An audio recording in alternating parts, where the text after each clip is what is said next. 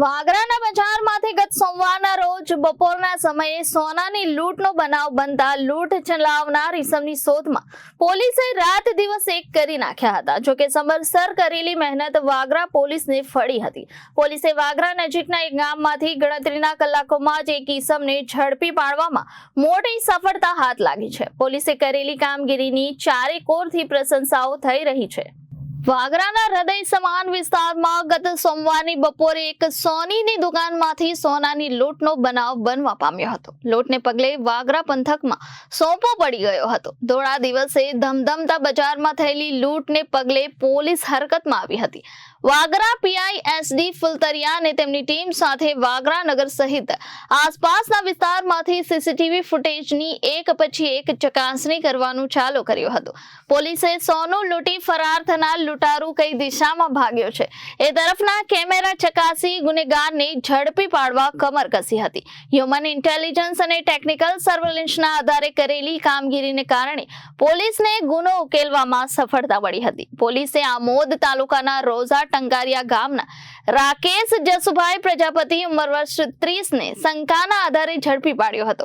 વાગરા પોલીસે રાકેશની સઘન પૂછપરછ કરતા તે ભાંગી પડ્યો હતો અને જણાવ્યું હતું કે પોતે ઓનલાઈન ગેમિંગ અને સત્તાના રવાડે ચડી જતા 10 લાખ ગુમાવવાનો વારો આવ્યો હતો, જેને પગલે ગુમાવેલા પૈસા રિકવર કરવા વાગરા બજારમાં આવેલ ઓમ જ્વેલર્સ નામની સોનીની દુકાનને નિશાન બનાવી હતી। સોનીની દુકાનમાંથી લૂંટ ચલાવી લીધેલા તમામ દાગીના જેની કિંમત 3.65 લાખ તેમજ મોટરસાયકલ અને મોબાઈલ મળી કુલ 4.35 લાખનો મુદ્દા માલ પોલીસે કબજે કરી આગળની વધુ કાર્યવાહી હાથ ધરી હતી।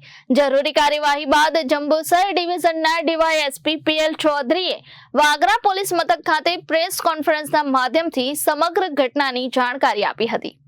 તારીખ 19/5/2025ના રોજ વાગરા ટાઉનમાં એક લૂંટનો બનાવ બનેલો હતો, જેમાં ઓમ જ્વેલર્સની જે સોનીની દુકાન છે તેમાં એક ઈસમે આજે ફરિયાદી છે તેમના મોઢા ઉપર મરચાં તથા મીઠાની પાવડરની ભૂકી નાખી અને એમની દુકાનમાંથી સોનાની 5 ચેન એક સેટ એમ મળી લગભગ 3,65,000ના મત્તાની લૂંટ કરી અને મોટરસાયકલ પર ભાગી ગયેલો હતો। જે ગુનાની તપાસ દરમિયાન વડોદરા રેન્જના પોલીસ મહાનિરીક્ષક શ્રી સાહેબશ્રી તથા ભરૂચ પોલીસ અધિક્ષક સાહેબશ્રી નાઓની આ ગુનો ડિટેક્ટ કરવા સૂચના આપેલી હતી। જે અનુસંધાને વાગરા પોલીસ સ્ટેશનના police inspector Shri SD Fultariya નાઓએ અલગ અલગ ટીમો બનાવી અને આ ગુનાની શોધખોળ ચલાવી રહેલા હતા। જે દરમિયાન તેઓને હ્યુમન ઇન્ટેલિજન્સ તથા ટેકનિકલ સર્વેલન્સના આધારે એવી માહિતી મળેલ કે રોઝા ટંકારિયા ગામનો એક ઈસમ રાકેશ જસુભાઈ પ્રજાપતિ નાઓએ આ લૂંટ કરેલી છે।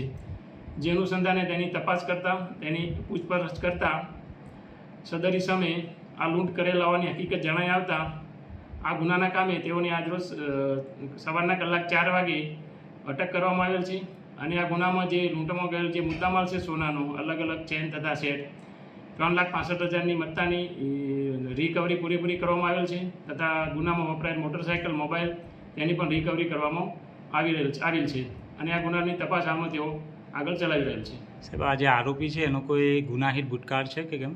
ના, હાલમાં તો આરોપીનો કોઈ ગુનાહિત ભૂતકાળ જણાઈ આવેલ નથી। ઓકે, આ ઘટનાના જે સાહેબ CCTV સામે આવ્યા હતા એમાં સોનીની પણ બેદરકારી જણાઈ આવે છે, તો એ વિશે તમે કોઈ પ્રજાને સંદેશ આપશો? હા, તમામ જે આ ઘટના બની જે બનાવ એમાં જે ફરિયાદી છે એ આ બનાવ દરમિયાન જે લૂંટ થઈ એ દરમિયાન પોતે પોતાના મોબાઈલમાં વ્યસ્ત હતા, જેના કારણે આ લૂંટનો ગુનો બનેલો હતો।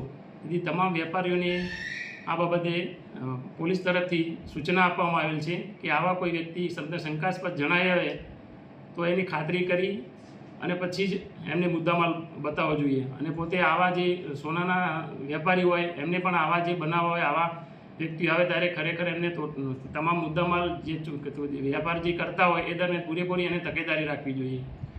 આરોપીએ ગુનાને અંજામ આપતા પહેલાં કોઈ રેકી કરેલી હતી? હાલમાં તો આરોપીની જો પૂછપરછ ચાલુ કરી રહેલ છે, ચાલુ છે અને રિમાન્ડ મેળવવાની કાર્યવાહી પણ ચાલુ છે। પૂછપરછ દરમિયાન હજુ કોઈ વિગત હાલમાં જણાઈ આવેલ નથી, પણ તપાસ દરમિયાન જો વિગત બીજી કોઈ જણાઈ આવશે તે બાબતે આગળ તપાસ કરવામાં